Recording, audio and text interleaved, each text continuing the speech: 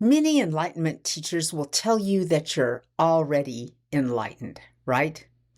Actually, most or all enlightenment teachers say that because it's very true. It can be so misunderstood.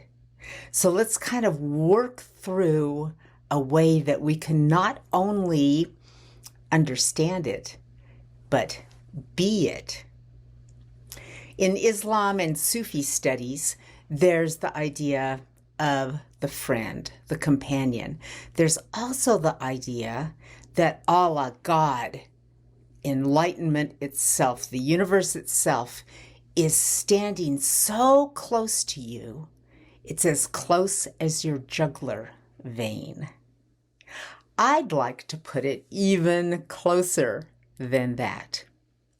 One thing that we have learned in modern science is about the way the human brain is formed. We have a left brain and a right brain. And it's really kind of a unique formation because the left brain and the right brain are very separate. They're only connected by a bridge down under the bottom, but you literally have two brains sitting in your head. So the question isn't, why aren't we enlightened? The real question we should be asking is, why are we unenlightened? Why are we not balanced? Why don't we know who we are? This split in our brains can be used to understand this. What we have been trained to do in our society is to ignore the right brain in favor of the left brain. The right brain, and I'm being very, very general. Don't nitpick this because there's all these pieces of the brain, but in general, the right brain is our creative and our spatial brain. The thing about the right brain is that it does not know or speak language. It doesn't understand language. It doesn't need to. It understands colors and feelings and connection and relationships. The left brain, on the other hand, is our language centers. And we have been trained for literally generations to enhance the language centers of our brain to the point where we have actually stunted the physical growth of our right brain. In natural indigenous societies, babies are born into a community. And instead of being nurtured and raised by machines, like baby monitors and cribs and jumping things, and they are just constantly held. As a matter of fact, I just read one study that said that in a typical indigenous culture, a single baby would be held by 17 different people throughout the day. And we're talking about everybody. We're talking about the mom, the dad, aunties, brothers, sisters, uncles, everyone. And this has a tremendous effect on the infant. One thing about human beings is because our brains are so big, we have to be born premature. We're born like a year premature, if not more. And we are born with a stunted size of a brain, just simply for survival. So the biggest growth, physical growth of a person's brain happens after they're born, in the critical first few months, where we're supposed to just be constantly held and passed around, never left by ourselves, never allowed to cry or be afraid. Think about that. It physically allows the right brain to grow bigger than the left brain. Not only that, Have you ever noticed how some people have kind of a magnetism? Well, yeah, I mean, a really angry person has a magnetism, right? You want to stay away from them. A really happy person has a magnetism. Male people and female people hold a different energy. Children hold a different kind of an energy. Aunts, uncles, everyone's kind of a little different. So as the baby's being passed around from person to person to person, not only do they get to know intimately everybody in their family, but they take on this particular magnetism of those people. And now imagine that all of those people the baby's being passed around to had also been nurtured this way when they were babies, and back and back and back and back through time. The people were calm and happy and satisfied and delighted to have this baby. You, right? Being passed around, and just think of that look, the trusting look in a baby's eyes. They trust that we're going to take care of them that way. And this literally grows the right brain to be bigger than the left brain. And not only that, solidifies the connection between the two so that the right brain, the talking brain, the left brain, is not overstimulated. And we're taught to pay attention to the two things and be in a balance between them. So, what does that have to do with non-duality? Some people might argue, hey, you can't talk about two halves of the brain in non-duality because non-duality is not two. Well, but I'm actually talking about the way these two brains are one. They have different functions. Just like you got a right hand and a left hand, right? I mean, you have a head and you have a foot. Totally different things that do different things for you. And yet you are one person. And actually that's really true about the brain too. It's totally integrated with all the functions of your body. Like my hand has brain cells in it. And that's why I can learn fine motor skills. That's why I can learn like to play music or to knit. And you'll notice this when you learn things, particularly with your hands, which are very, very smart, by the way, that you can build those neural pathways down so that your hand becomes able to just almost do things on its own, because it kind of has its own wisdom. But when we're completely balanced, then you're able to let that silent right brain part of you be the master and the manager of spatial things. Imagine if you perform something with your hand and you had to actually think and name every single step your hand was going to take. You wouldn't be able to do it. So you have a fully formed right brain right this second. You have just chosen to ignore it in favor of the left speaking brain. The left brain knows language, and we enhance that from day one because that's the way we were trained. Language, language, language, naming things, ball, John, Katie, we even name people as if they're separate things.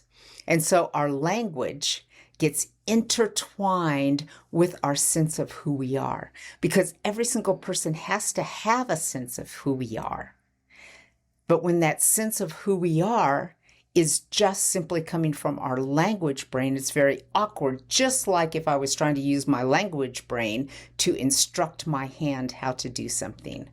Whereas my not language brain can just learn how to do it, can just do it. So this is the friend. This is ala, closer than your jugular vein. Jugular vein's like way down in here.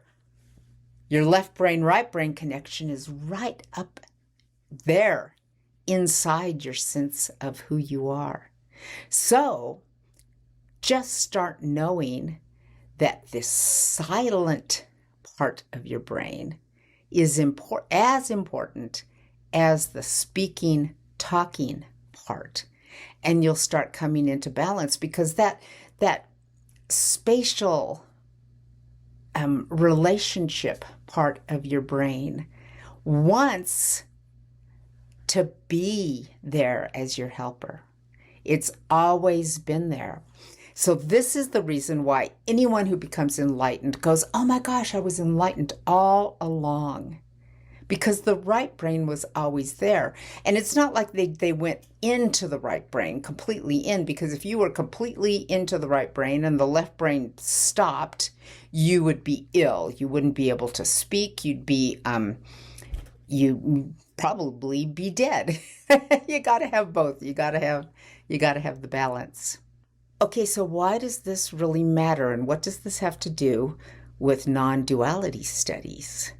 Well, you are trying to find who you are, only using half of who you are. And you're trying to use the part of you that is most incapable of figuring it out. So start doing all the things that we can do to enhance our spatial, silent part. This should completely change your focus in meditation. Because in meditation, you're not trying to get rid of thoughts, to get rid of speech, to get rid of the left brain. All you're trying to do is pay attention to this other part of yourself that understands vastness. You're just letting your attention calm down from the speaking so that the non-speaking becomes more obvious, so that you can start listening to your own intuition, so that you can come into balance. So we did not grow our right brains fully when we were babies, but that doesn't mean we're hopeless cases. We can literally start growing them now on purpose, and it's highly effective and it's quick because the right brain is very resilient. Well, like I've said, it's always been there. It's your friend who has always been standing at your side. We just need to allow it to start doing its job. There is a really good book called Drawing on the Right Side of the Brain that goes through a series of really fun exercises that help you snap immediately into that silent spot of yourself. I think one of the very first ones is you take a pen and you just draw a very, very slow line.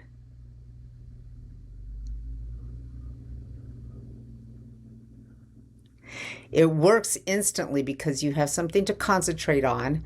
It's not something that the talking brain needs to be involved in. So, and that's a really, really good clue right there. The second your talking brain does not have to be boss, it is going to be so happy. It doesn't want to be boss. That's why you're always feeling disconnected, afraid. You're always feeling stressed because the part of us we've been trained to be our boss is incapable of it and doesn't even want the job. You know, it's so hard to get rid of the ego. Ego doesn't want to be boss. It really doesn't. The second you take charge, it is so happy to just be in its place, be in its cooperative place. And right there is the quality of the silent right brain that we want to bring out, because the silent right brain is all about relationships, and it's all about intertwining and integrating everything. You could just simply start paying attention to this part of yourself that's already there, and it will grow and become more and more obvious. This is why direct pointing techniques are having such a great success in bringing people to enlightenment. And it's happening online, like on Zoom videos. I'd like to point you to Emerson Nonduality and Trina Dawn, who are both doing this. You can also book sessions with me, and I will walk you through the process if you wish. What the direct pointing does is, first of all, you just kind of relax. Give your left brain a little something to do. Just kind of chat. Like right now, you are very in your left brain because you are listening to me chat. So we kind of chat, and we put our left thinking brain into just a relaxed state because it enjoys that. It enjoys chatting and telling stories and listening to things. It's not evil. It's not bad. It's a fabulous part of you. So let's, we give it a little honor by talking to it first, through it first. Then just start going through a series of questions that have no real answer, that have actually a spatial, intuitive answer, but don't have a language answer. Like, what's the difference between thought and no thought? Where does a thought come from? How far is it from time to no time?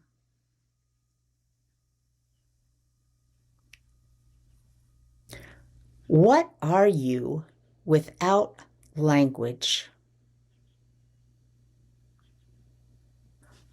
Okay, those questions are designed to just gently bring your left thinking brain into a place where it can pause and allow your silent, non-languaged brain to open up and view.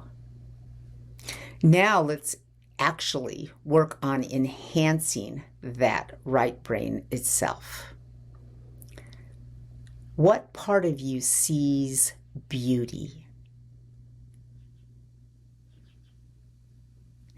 What part of you understands a joke?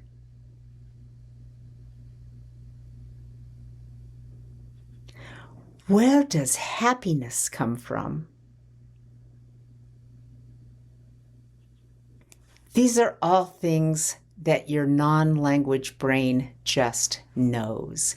It knows relationships. It knows spatial things and the way they relate together. This is why you're able to go somewhere and then walk back home without really thinking about the directions. You just go, you just walk back home. It's just there all the time. You just know. So hopefully this has brought you to a place where you can more easily just relax into the silence and enjoy it and feel the balance of it. Does it take an effort for your heart to beat? Does it take an effort to hear a sound?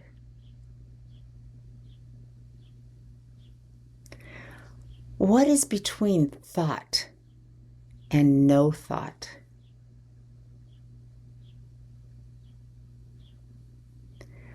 What is left when the thought is silent?